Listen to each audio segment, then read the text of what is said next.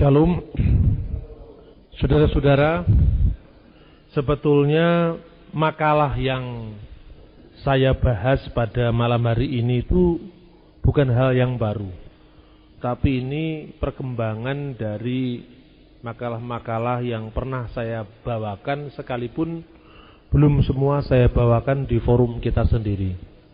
Makalah yang pertama ini saya bawakan tahun lalu, itu pada sebuah acara yang diselenggarakan oleh MUKI. MUKI itu adalah Majelis Umat Kristen Indonesia yang difasilitasi oleh Gubernur DKI Jakarta. Pembentukan majelis itu, dan waktu itu kita mengadakan acara bersama Lembaga Alkitab Indonesia LAI, dengan pembicara dari LAI dan saya sendiri dan seorang rekan dari pengagung Yahweh, yaitu Pak Yahya Iskandar. Jadi ini makalah sudah merupakan makalah yang pernah disajikan di Jakarta. Kemudian bahasannya pun itu sebetulnya kan bahasan-bahasan lama yang diangkat kembali. Kenapa kita angkat kembali makalah ini? Karena memang sekarang ini dampak dari pola-pola yang dikembangkan oleh teman-teman pengagung Yahweh itu sudah kemana-mana. Saya baru pulang sore ini tadi dari Balikpapan. Saya diundang untuk mengadakan seminar selama 3 hari di GBI Balikpapan dengan tema khusus bedah buku The History of Allah yang saya tulis. Kemudian pada tanggal 10-nya saya diundang oleh GPIB Buntang, yang temanya itu adalah bagaimana menghadapi saksi-saksi Yehova. Karena ternyata saksi Yehova itu hampir di seluruh kota-kota besar di Indonesia yang potensial itu sudah masuk. Di Manado sudah ada balai kerajaan saksi Yehova yang cukup besar, di samping Islamic Center tempatnya. Kemudian di Buntang sudah ada balai kerajaan saksi Yehova. Di Balikpapan sudah ada balai kerajaan saksi Yehova. Lalu saya juga mau diundang ke Tarakan. Dan ini banyak sekali dampak dari aliran-aliran saksi Yehova, dan juga agak berkaitan dengan ketidaksiapan gereja di dalam menghadapi mereka. Lebih-lebih dengan munculnya teman-teman kita dari kelompok pengagung Yahweh ini, juga buahnya adalah banyak gereja yang terpecah-pecah dalam menanggapi isu ini gitu. Nah, ini salah satu kenapa relevan untuk kita angkat kembali. Jadi ada 2 isu yang dikembangkan. Pertama, teman-teman saksi Yehova, ya kita sebut teman juga lah karena sama-sama manusianya. Bedanya kenapa? Saksi Yehova itu sebetulnya harus kita jujur ya mengatakan, pengagung Yahweh itu tidak sama dengan saksi Yehova. Dalam hal-hal pokok tentang basic iman Kristen, mereka sebenarnya tidak menyimpang. Itu harus kita lakukan. Tetapi secara ortopraksi, itu dampak dari gerakan mereka itu memecah belah. Karena apa? Mereka punya pandangan tentang siapa Kristus, bagaimana keesaan Allah dalam kaitannya dengan Bapa, Putra, dan Roh Kudus, soal keselamatan. Sebetulnya itu gereja mainstream. Tetapi ketika menekankan bahwa nama Allah itu adalah, atau nama pencipta langit dan bumi itu adalah Yahweh, dan itu yang dipaksakan kemana-mana, ya, itu yang membuat umat menjadi resah, umat Kristen, ya. Kemudian kalau hanya mengatakan Yahweh itu the proper name Tuhan di dalam perjanjian lama, sebetulnya juga kita sepakat sih. Kalau kita membaca buku Alkitab terbitan umat Katolik, ya, perjanjian lama terbitan umat Katolik, yang di sana istilah Yahweh juga dipertahankan, tapi itu dalam konteks studi akademis. untuk membedakan mana yang Adonai, mana yang Yahweh, mana yang Yahweh Elohim, mana yang Yah saja. Kan gitu. Jadi kadang-kadang terjadi teutologi, itu adalah pengulangan. Misalnya kata Yahweh muncul bersama dengan Adonai. Lalu diterjemahkan Tuhan Allah. Tuhan semua kapital besar. Tuhan Allah itu Yahweh Adonai. Tetapi kadang-kadang muncul ungkapan misalnya Adonai Yahweh. Lah ini sulit menerjemahkannya. Maka di dalam lembaga Alkitab diterjemahkan Tuhan Allah juga. Tetapi T-nya besar, U-nya kecil, H-nya kecil, A-nya kecil, N-nya kecil, A, L, L, A, H semua besar. Nah, dalam kasus-kasus seperti ini kalau Yahweh Elohim diterjemahkan Tuhan Allah, tetapi Tuhannya semua kapital, tetapi kalau Adonai Yahweh, Allahnya semua kapital, Tuhannya hanya T-nya saja yang kapital. Nah, untuk memudahkan studi-studi akademis, kemudian ditempuh jalan lembaga umat Katolik itu kemudian mengembalikan nama itu dalam perjanjian lama. Hanya itu sebetulnya. Kalau itu hanya untuk studi akademis juga tidak menjadi masalah. Yang menjadi masalah itu, selamat malam Mas ini. Yang menjadi masalah itu ketika perjanjian baru itu dipaksakan ada kata Yahweh itu loh yang jadi masalah di situ. Padahal dalam perjanjian baru kan tidak ada kata Yahweh. Nah ini yang kemudian saya soroti pada makalah-makalah saya yang terakhir yang saya soroti, bahwa pemaksaan dalam perjanjian baru ada kata Yahweh itu yang tidak bisa dibuktikan gitu. Nah, dulu pertama-tama Pak Suradi itu menerbitkan Alkitab sendiri, ya. Tapi Alkitab itu semua hanya dijiplak dari terjemahan baru Lembaga Alkitab Indonesia. Cuma Allahnya diganti Elohim itu, padahal bukan Elohim, Elohim. Elohim diganti itu saja. Yang lebih lucunya lagi, tidak semua kata Allah dalam perjanjian lama itu semua Elohim. Ada El, Eloah, Elohim. Semua El juga diterjemahkan Elohim, Elohim juga diterjemahkan Elohim, Eloah juga diterjemahkan Elohim. Ada bagian-bagian dari perjanjian lama yang ditulis dalam bahasa Aram, misalnya kitab Daniel. Allah juga, Elah juga diterjemahkan Elohim gitu loh. Jadi ini kalau sebetulnya kalau dikembalikan dalam teks aslinya menjadi orang sendiri bingung. Nah, itu yang terjadi. Kemudian setelah edisi Alkitabnya Pak Suradi itu tahun 2000 terbit, kemudian muncul lagi edisi baru yang namanya Alkitab Umat Perjanjian, di mana semua kata Allah diganti dengan Tuhan dalam perjanjian baru. Nah, Alkitab ini pun juga akhirnya sudah diberikan penjelasan oleh Lembaga Alkitab Indonesia bahwa Lembaga Alkitab Indonesia tidak ada kaitannya dengan penerbitan Alkitab yang namanya Alkitab Umat Perjanjian. Itu sekitar tahun 2003 atau 2004 saya sudah lupa.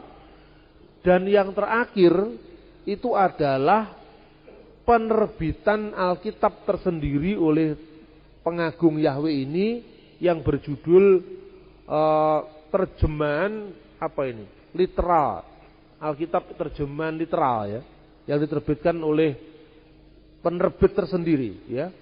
Nah, Alkitab terjemahan literal itu sebetulnya menarik ya. Karena apa? Alkitab terjemahan literal yang sekarang banyak dijual di kelompok pengagung Yahweh ini itu diambil dari naskah bahasa Ibrani, Aram, Yunani, Inggris yang dikenal dengan Alkitabnya P.J. Green, The Interlinear Bible, The Interlinear of the Bible, Hebrew, Greek, English. Ini literatur standar yang dipakai hampir di seluruh sekolah Alkitab. Di sekolah-sekolah teologi hampir semua pakai literatur ini. Nah, pada saat tahun lalu ada bedah buku itu sekaligus diperkenalkan kepada publik, saya diminta komentar saya tentang Alkitab itu. Lalu saya jawab, Alkitab literal ini saya bisa menerima, tapi untuk perjanjian lamanya saja. Kenapa saya katakan perjanjian lamanya saya terima? Karena ini kan terjemahan harafiah dari bukunya Green itu, yang terjemahan kata per kata dari P.J. Green, yang judulnya The Interlinear of the Bible. Itu bagus. Untuk perjanjian barunya saya kasih catatan kritis. Karena apa? Green sendiri tidak menerjemahkan Yahweh dalam perjanjian barunya. Tetapi di dalam terjemahan literal itu, kata Yahweh tiba-tiba muncul di situ. Lah ini sebetulnya pelanggaran hak cipta loh. Karena apa?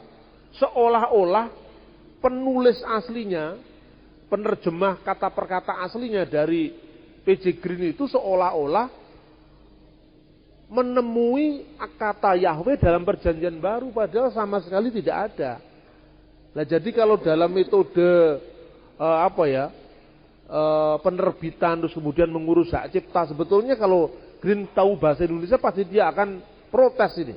Loh, saya tidak ada kata Yahweh di perjanjian baru, kok kenapa di perjanjian baru di sini ada kata Yahweh, kan gitu kan? Nah, kemudian di catatan-catatan kakinya itu baru dicantumkan bahwa untuk nama-nama diri, kalau tidak salah begitu, itu diambil dari terjemahan James Stream yang judulnya The Hebraic Root of the New Testament. Nah, mestinya begini, Alkitab terjemahan perjanjian lama terjemahkan sendiri, perjanjian baru sendiri. Nah, untuk perjanjian baru misalnya gini ya, terjemahan kata per kata diambil dari P.J. Green, kecuali ayat-ayat yang kami duga memuat nama Yahweh, kami mengikuti James Stream, misalnya kan begitu. Itu syarat penulisan ilmiah.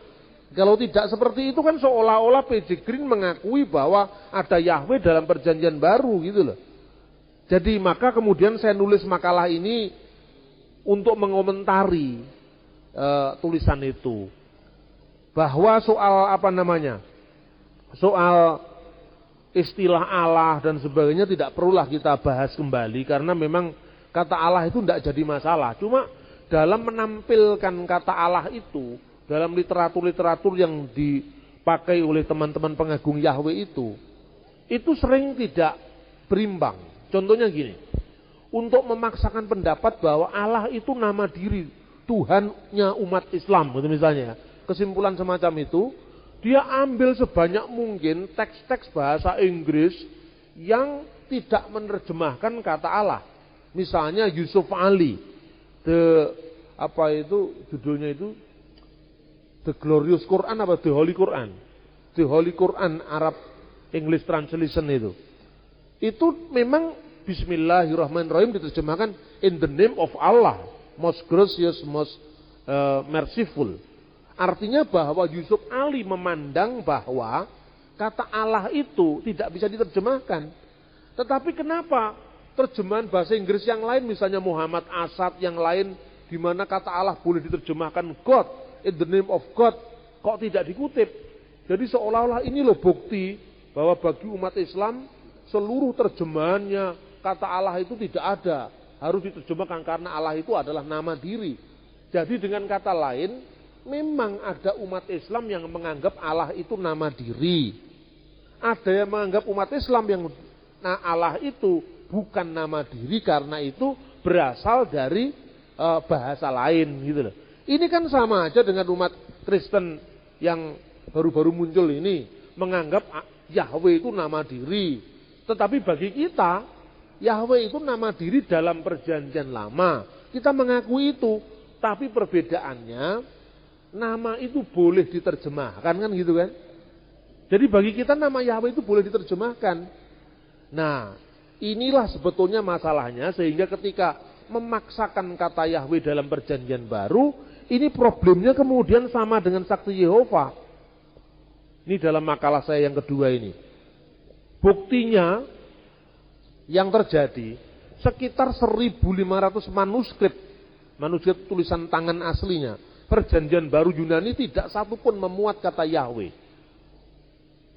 Saksi Yehova dengan bangga katanya mengembalikan 237 nama Yehuwa yang hilang dalam PB. Dalam terjemahan PB mereka, New World Translation of the Christian Greek Scriptures, yang kemudian digabung menjadi NW, itu katanya ada 237 nama Yehuwa yang dikembalikan dalam perjanjian baru. Nah, kenapa kok mengembalikan? Nah, seolah-olah kalau mengembalikan itu kan menghilangkan. Ini berangkat dari asumsi bahwa penulis perjanjian baru menghilangkan kata Yehuwa. Nah, sekarang persoalannya, penulis perjanjian baru mana yang menghilangkan kata Yehuwa? Ini kan persoalan. Ini persoalan besar. Karena apa? Hanya menduga-menduga memang bisa saja menarik, misalnya dikuduskanlah namamu, itu kan doa Yesus. Yesus sendiri kan mau menguduskan nama Tuhan. Nah, namamu, lah mana namanya sekarang kan gitu kan. Nah, inilah namanya sudah dihilangkan di perjanjian baru. Kenapa namanya dihilangkan? Karena itu pengaruh kuatnya budaya Helenisme kan gitu kan. Nah, bagi orang awam yang tidak mengenal kritik teks atau kritik salinan, ini seolah-olah benar bahwa perjanjian baru itu dulunya memuat nama Yahweh, sekarang tidak memuat. Nah, persoalannya, teks perjanjian baru mana yang memuat kata Yahweh? Itu yang tidak bisa dibuktikan. Jadi mungkin untuk dugaan-dugaan semata itu bisa dilakukan. Asumsi-asumsi semacam itu boleh-boleh saja. Misalnya, Papias mencatat bahwa Papias itu muridnya Rasul Yohanes, bahwa Rasul Matius aslinya menulis Injilnya dalam bahasa Ibrani. Itu boleh saja. Kan memang Papias mencatat seperti itu. Tapi masalahnya, apa maksudnya Papias dengan mengatakan dialek Ibrani? Matius menulis Injilnya dalam dialek Ibrani. Hebraiti dialek to. Nah, tapi dialek Ibrani itu apa maksudnya? Apakah bahasa Ibrani seperti yang kita kenal sekarang, atau bahasa Aram? Itu masih belum menjadi kesepakatan para ahli. Karena apa? Bahasa Aram itu juga disebut bahasa Ibrani pada zaman Yesus. Misalnya, tempat yang di dalam bahasa Ibrani disebut Gabata misalnya. Gabata itu kan bukan bahasa Ibrani, itu bahasa Aram. Ketika Yesus berseru Eli Eli lama sabaktani, itu bahasa Aram bukan bahasa Ibrani. Tali takum, kemudian Evata, Gabata, Hakal Dama, Maranata, itu bahasa Aram semuanya. Cuma masalahnya, lalu saya buktikan, ini sekedar mengulang ya. Kalau seandainya perjanjian baru aslinya ditulis dalam bahasa Aram, pasti enggak begini bunyinya. Maka berserulah Yesus, Eli Eli lama sabaktani, yang artinya, Allahku, Allahku, mengapa engkau meninggalkan aku? Kenapa ditulis yang artinya? Karena pembacanya tidak mengerti bahasa itu kan, maka diterjemahkan.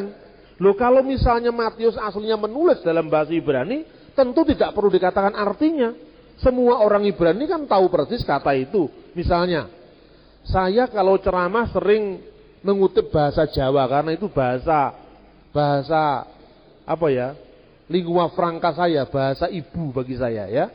Kemudian saya mengatakan, karena jengkelnya, maka Pak Bambang mengatakan jangkrik misalnya. Kalau ini saya terjemahkan di dalam bahasa Inggris, kan sulit dipahami orang Inggris kan? Karena pembaca saya tidak ngerti kata jangkrik, maka mesti dipertanyakan what is the meaning of jangkrik? Jangkrik artinya ini. Dan waktu itu berkatalah Pak Bambang jangkrik, yaitu ungkapan bahasa Jawa yang artinya ini kan gitu kan. Ini begitu juga seluruh kitab yang diduga berbahasa Ibrani katanya, itu semua diterjemahkan seperti itu. Tali takum yang artinya hai anak, bangunlah, Evata artinya terbukalah. Itu semua dikasih terjemahan. Artinya apa? Memang aslinya perjanjian baru ditulis bahasa Yunani. Kan gitu kan? Makanya agak sedikit perbedaan. Kalau bagi gereja ortodoks Syria, perjanjian baru kita itu memang aslinya berbahasa Yunani, kemudian ditranslate dalam bahasa Suryani atau bahasa Syriak atau bahasa Aramaik. Tetapi dari beberapa teolog dan bahkan para pemimpinnya gereja gereja Asiria Timur Katolik atau gereja Syria Timur, itu ada yang mengklaim bahwa Pesita itu aslinya bahasa Aram. Saya belum bisa menerima Pesita itu aslinya dalam bahasa Aram. Saya sampai sekarang berpendapat Pesita itu terjemahan dari bahasa Yunani. Terbukti apa? Di dalam Pesita pun juga ada kata-kata seperti itu.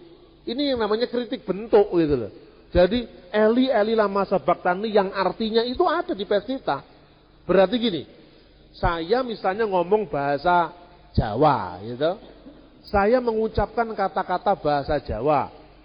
Oleh karena itu sebagaimana bahasa Jawa mengungkap peribahasa tuno satak bati sanak, yang artinya sekalipun dalam dagang kita rugi secara material, tetapi kita banyak saudara gitu. Kenapa harus diartikan seperti itu? Karena pembaca saya, pendengar saya tidak ngerti bahasa Jawa.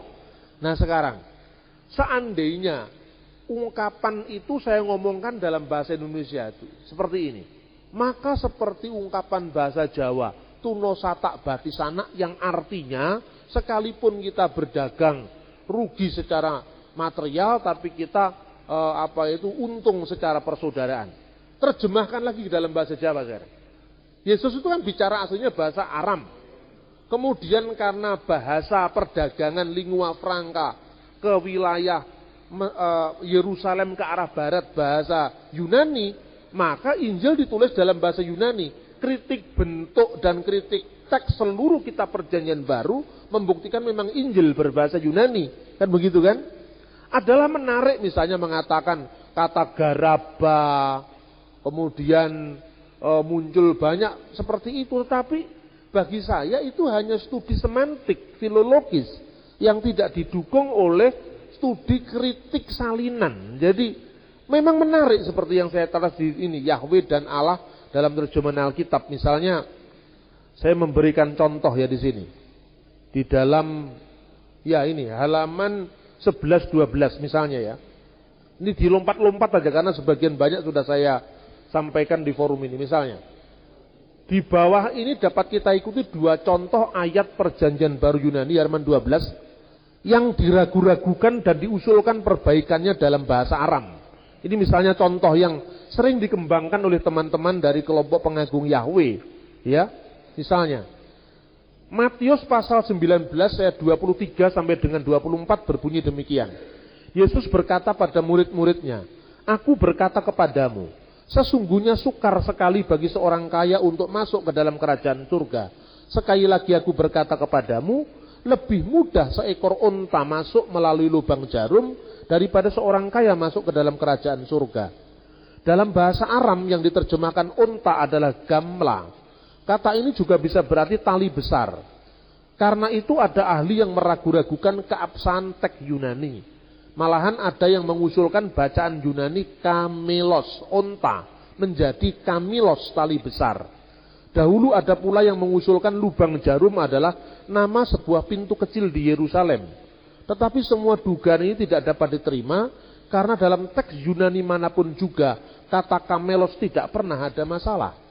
Jadi dugaan ini menarik misalnya. Itu sebetulnya bukan kamelos, tapi kamilos, yang artinya tali besar. Jadi lebih mudah seekor unta masuk melalui tali besar, tali besar masuk melalui lubang jarum, lebih mudah seutas tali besar masuk melalui lubang jarum ketimbang orang kaya masuk ke dalam kerajaan surga. Itu kan menarik, kamilos kan menarik kan? Tetapi persoalannya di seluruh teks manapun juga ini teori-teori cerdik seperti ini tidak diimbangi dengan yang namanya studi kritik salinan. Kalau Anda melihat papirus-papirus tertua, kemudian Kodeks Vatikanus, Kodeks Sinaiticus, semua membaca kamelos, tidak ada kamilos. Jadi menurut saya, dugaan-dugaan semacam ini justru mengorbankan teks Alkitab yang asli demi sebuah dugaan cerdik. Jadi mestinya asumsi teologis harus ditundukkan di bawah teks. Bukan teks kemudian direvisi berdasarkan dugaan teologis. Saya kira itu. Kedua, peranan studi arkeologi. Di Yerusalem memang ada tempat yang dinamakan pintu lubang jarum. Itu memang ada. Dan banyak sekali teman-teman yang datang ke sana kemudian begitu mendapatkan penjelasan dari guide lokal, lalu ternyata yang disebut lubang jarum itu bukan lubang jarum sungguhan, tapi itu pintu yang namanya pintu lubang jarum. Saya juga sering mendengar beberapa hamba Tuhan khotbah seperti itu. Karena dia hanya mendengar guide lokal, dan guide lokal itu belum tentu benar. Dia tidak cek and recheck dari data arkeologi sendiri. Ternyata pintu yang dinamakan pintu lubang jarum itu baru dibangun zamannya Khalifah Sulaiman pada zaman dinasti Utsmaniyah. Pada zaman Yesus tidak ada pintu itu gitu loh. Jadi Yerusalem sendiri itu kan dulunya luas ya. Dulunya sempit, sorry. Itu yang namanya Bukit Golgota, itu memang di luar kota Yerusalem. Kemudian seiring dengan berjalannya waktu, kemudian pada zaman Romawi diperluas lagi kotanya. Pada zaman Islam diperluas lagi kotanya, akhirnya mendapatkan Yerusalem yang sekarang ini, di mana Golgota letaknya di luar Yerusalem. Terus di dalam Yerusalem, lalu kalau gitu gereja kubur suci ini berarti bukan Golgota, karena menurut deskripsi Alkitab Golgota itu di luar kota. Nah ini kan di dalam kota. Ya mesti aja kotanya sudah diperluas. Cuma Anda mengatakan mengukur kota Malang tahun 75 dibanding dengan sekarang. Menurut keterangan kota Malang gitu, Arjosari itu kan di luar kota. Nah, sekarang kan masuk luar kota Arjosari. Itu baru berapa puluh tahun gitu loh. Jadi ternyata tidak cocok gitu. Nah ini kemudian apalagi mencoba membetulkan teks Yunani dengan menunjuk Pesita. Sama sih tidak berangkat dari metode kritik teks. Sekalipun lembaga ini, kelompok kita ini mengembangkan pusat studi Kristen Syria, tapi kita tidak berarti kemudian mempertentangkan teks Pesita dengan teks Yunani. Karena apa? Pesita secara kritik teks itu lemah. Secara kritik salinan itu lemah. Pesita tidak ada yang berasal dari abad paling awal seperti teks Yunani, tidak ada. Dan jumlahnya teks Yunani baik itu manuskrip maupun kodek maupun leksionari, itu ada yang berjarak hanya 20 tahun, ada yang berjarak hanya 15 tahun. Misalnya surat Paulus. Surat Paulus itu ada yang berjarak 15 tahun. Injil Yohanes yang disebut dengan naskah John Ryland, itu ditemukan John Ryland, naskah itu berasal dari tahun 120 Masehi. Nah sementara Injil Yohanes ditulis tahun 90 Masehi, berarti hanya ada jarak 30 tahun. Sementara naskah perjanjian baru aslinya manuskrip itu jumlahnya lebih dari 1.500. Nah bayangkan, setelah dia meragu-ragukan nama Yahweh, katanya digantikan oleh para penyalin Alkitab, kemudian sekarang dia mulai meragu-ragukan teks Alkitab berdasarkan dugaan-dugaan dari beberapa teks Pesita tadi. Sekalipun dia sebenarnya baru tahu mengenal Pesita juga, dia tidak pernah mengenal Pesita dengan baik kan.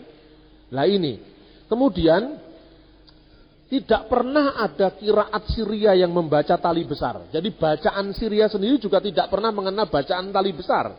Justru berdasarkan perkiraan semata-mata yang kemudian para ahli mencoba mengubah bunyi vokal teks Pesita. Jadi menurut saya percaya Alkitab itu diilhamkan Roh Kudus. Karena itu saya percaya prinsip bahwa Alkitab itu tidak bisa dikorbankan karena asumsi teologis kita. Sebaliknya, asumsi teologis kita harus tunduk kepada teks Alkitab, kan begitu mestinya. Kemudian, karena para penafsir zaman sekarang memahami ayat-ayat itu benar-benar dalam makna onta dan lubang jarum. Karena alasan-alasan sebagai berikut. Pertama, orang-orang Yahudi mengenal pepatah gajah yang masuk melalui lubang jarum. Dan kedua, dalam Matius 23-24 Yesus menggunakan hiperbol, gaya bahasa yang menyangatkan, melebih-lebihkan, menelan unta dalam minuman. Dan ia sendiri memang terbukti sering menggunakan hiperbol semacam dalam banyak pengajarannya.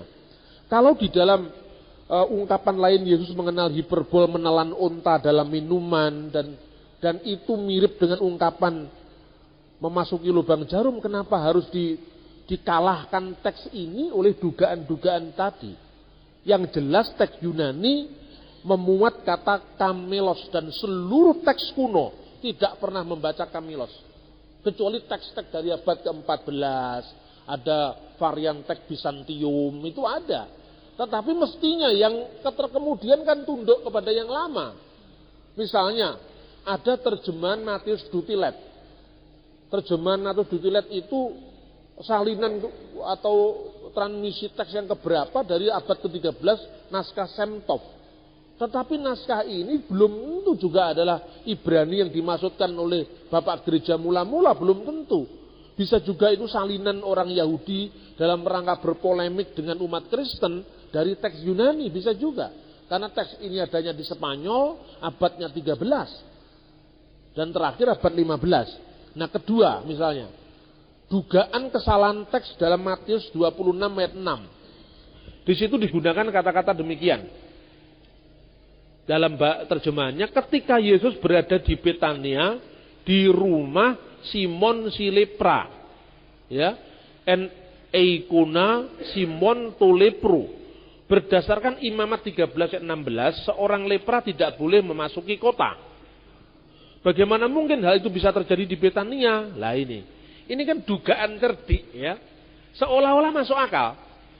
Kenyataan tentang adanya aturan Taurat ini hanya beberapa ahli digunakan untuk membetulkan kesalahan teks Yunani.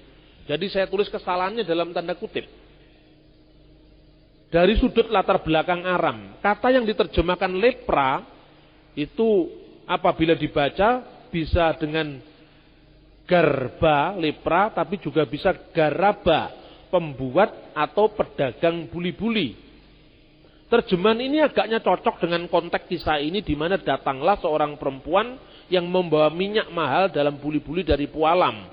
Tetapi argumentasi yang tampak masuk akal ini bukan tanpa kesulitan sama sekali. Di mana kesulitannya? Kesulitannya teks-teks Yunani yang tertua dan terbaik hingga teks-teks kemudian yang lebih muda sama sekali tidak pernah ada masalah dengan bacaan yang terjemahannya lai itu. Juga disebutkan Simon si Kosta, sama sekali tidak berarti bahwa pada saat itu Simon masih menderita kusta. Sama seperti sebutan Matius si pemungut cukai, tidak berarti bahwa setelah bertobat dan menjadi Rasul Kristus tetap memungut cukai, tetapi namanya tetap disebut populer Matius si pemungut cukai. Konteks keseluruhan narasi Matius juga tidak memustahilkan argumentasi ini, sebab Matius 8 ayat 1 sampai 4 menyebut penyembuhan seorang penyakit kusta oleh Yesus ketika berada di luar kota. Nah, mungkin saja Simon si lepra adalah orang yang disembuhkan itu dan kemudian masuk kota Betania. Jadi banyak kemungkinan. Nah, tafsiran-tafsiran semacam ini kiranya lebih mungkin ketimbang harus menduga terjadinya kesalahan teks. Selain teks-teks Yunani terkuno dan terbaik tidak menunjukkan persoalan apapun, juga seperti yang diartikan Matthew Black, bahwa garaba itu dengan arti seorang pedagang buli-buli itu tidak tampak di dalam secara leksika, ya, di dalam kajian-kajian teks itu. Jadi argumentasi yang mendukung adanya kesalahan teks hanya dugaan yang belum bisa dibuktikan. Ini banyak sekali gambaran-gambaran semacam ini. Nah, sekarang Anda bayangkan, kalau seandainya dugaan-dugaan teks ini tidak dikonfrontir dengan studi kritik salinan, bahayanya apa? Saudara-saudara kita Muslim semakin membenarkan bahwa teks Alkitab berubah-ubah. Ini yang saya sampaikan di depan teman-teman kelompok Yahweh di Jakarta. Anda siap kira-kira? Sementara kita sudah sangat kesulitan menjawab orang-orang yang kecemburuan dengan keaslian Alkitab ini, lalu Anda tambah-tambahi lagi dengan mengungkap hal-hal seperti ini. Bagi dia tidak perlu cek and recheck, tapi langsung akan dihantamkan kepada kita. Terus terang saudara-saudara, saya seorang intelektual ya. Tetapi di dalam saya melihat pelayanan di Indonesia, saya kadang-kadang tidak muncul sebagai intelektual murni. Sesuatu saat kalau ini bisa dimanfaatkan oleh kelompok lain untuk menjebak kita, kadang-kadang saya kemas lagi bahasanya. Tidak langsung saya tampilkan vulgar. Kemarin saya di SMS sama saudara Jeffrey. Dia ini yang ngurus radio di Lembah Pujian, di Denpasar. Kemudian saya di SMS bahwa kalau urusan-urusan, dia kan dialog dengan seorang ustadz di Karangasem namanya Murtaki. Lalu dia ngomong sama gembalanya Pak Arifin. Pak Arifin mengatakan kalau urusan begini kamu sender juga ke Pak Bambang. Nah, saya terima. Apa yang diungkapkan itu lucu sekali. Hal-hal seperti ini mulai muncul. Makanya waduh, ini kalau kita tidak bijak dalam mengemas, ini bisa salah-salah. Terakhir dia mengatakan, itulah salahnya kalau teks Alkitab yang aslinya tidak ada lagi. Saya sebetulnya gregetan juga, saya bilang, saya bisa kirim sama Ustadz teks asli Alkitab Taurat Samaria yang sudah berpisah dengan Yahudi 600 tahun sebelum Masehi. Tauratnya Yahudi sendiri dengan Tauratnya Kristen itu sama. Kalau Anda pergi ke Holy Land, masuk ke toko buku, tidak perlu tanya, saya mau cari Taurat edisi Kristen, saya mau Taurat edisi Yahudi, enggak. Anda baca Taurat yang satu sekalipun interpretasinya beda. Tetapi Anda tidak perlu bertanya, ini Mazmur Yahudi, ini Mazmur Kristen, ini Taurat Yahudi, ini Taurat Kristen, Taurat Samaria, sama. Saya katakan gitu. Dan Anda pun bisa menyaksikan yang namanya naskah gulungan laut mati, yang digembar-gemborkan katanya itu sebagai tantangan terhadap iman Kristen. Itu saya simpan di rumah saya. Anda suatu saat mengunjungi rumah saya, langsung dia tidak ngomong lagi. Hal-hal seperti ini, hal-hal yang strategis yang sering muncul di lapangan. Kemudian sekarang ada beberapa hobi dari teman-teman kelompok pengagung Yahweh ini yang baru. Siapa bilang Pesita tidak mengenal kata Yahweh? Pesita itu kan diterjemahkan kata Yahweh dengan Maryah. Dibacanya M-A-R-Y-A-H. Mar itu artinya Lord, Yah itu Yahweh. Terus saya jawab, itu tidak ada kata Maryah di situ. Yang ada kata Maria, bukan Maryah. Akhirannya bukan huruf H, tapi huruf Alef. Jadi Maria, bukan Maria. Tidak Maria, tapi Maria. Bisa juga Anda menduga-duga lu seperti dalam bahasa Latin haleluya jadi aleluya kan tanpa H. Itu kan Latin, itu lain dong. Ini kan Aram kan bahasa yang serumpun yang koknit dengan bahasa Ibrani, tidak perlu menduga-duga Latinnya. Nah, apa artinya akhiran A di akhir kata dalam bahasa Aram? Itu kata sandang. Misalnya Yeshua HaMasiah. Menjadi bahasa Aram Yeshua Mesiha. Masihid Dajjal dalam bahasa Arab, Masih al-Dajjal, Mesiha Dagala, Alaha. Jadi A di situ bisa bermakna sebagai kata sandang. Selain kata Yunani kan ada kata sandang ho, theos, ho dan ton, ya kan? Aram bisa mengenal de dan a di belakang. Dan bahasa Aram itu kan ada cabang-cabangnya. Ada bahasa Aram permulaan yang paling kuno Proto-Aramaik itu kira-kira sejaman dengan Abraham. Kemudian Middle Aramaik itu zamannya Daniel. Nah, yang menarik, kitab Daniel itu satu kitab ditulis dalam dua bahasa. Bahasa Ibrani tiba-tiba mulai pasal kesekian berubah jadi bahasa Aram yang memuat kata-kata meni tekel urfasin dan seterusnya itu. Naskah bahasa Arabnya dari kitab Daniel juga tidak ada kata Yahweh. Seandainya Daniel menganggap bahwa kata Yahweh itu perlu untuk dipertahankan di Babel waktu itu, kenapa Daniel tidak menyeru pada Yahweh, tapi disebut elah elahin, ilah segala ilah. Nah, ini juga hal yang sebetulnya tidak pernah banyak dilakukan. Saya melihat perkembangan terbaru dari teman-teman perdebatan di internet itu hanya baca situs ini, tapi komentarnya kecil. Lah saya dikirimi gitu langsung saya delete aja, tidak pernah saya baca. Jalmo limpat seprapat tamat bisa ngerti sini. Nah betul ternyata. Di rumah saya ditunjukin sama istri saya, ini loh, lah itu. Saya baca, oh ya ujung-ujungnya dugaanku sudah benar itu loh. Tapi memang sulit saudara-saudara saya. Apa ya? Saya berikan contoh ini pada halaman ke-13 ini. Ini misalnya Ulangan 6 ayat 4 yang teks Ibrani, Sema Yisrael Adonai Eloheinu Adonai Echad. Di terjemahan Old Syriac Bible, Sema Yisrael ya, Maria Alahan Hadhu. Dengarkanlah wa Israel Maria, Tuhan ilah kita itu esa. Dalam terjemahannya Persita, Sema Yisrael Maria Alahan Maria Hadhu. Tidak ada di situ kata Yahweh. Begitu juga di dalam bahasa Yunani Kurios, tidak ada kata Yahweh. Nah sekarang ini yang lucu, saya waktu saya kemarin di Balikpapan, sekarang ada lagu yang dipelintir loh.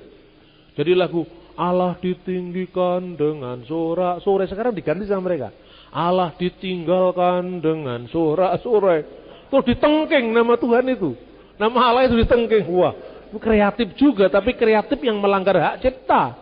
Itu yang nulis buku itu kan marah itu. Iya kan? Nah ini banyak hal yang menurut saya energi kita ini habis terbuang hanya untuk perdebatan yang menurut saya ini tidak mendidik. Gitu. Nah saya kira itu dulu aja sebagai bahan diskusi. Ya. Oke teman-teman, dukung terus channel saya biar saya semangat juga untuk membuat video kreatif dan memberkati. Dan jangan lupa share ke teman-teman sebagai bentuk dukungan kalian terhadap perkembangan channel ini. Oke, terima kasih, Tuhan Yesus memberkati.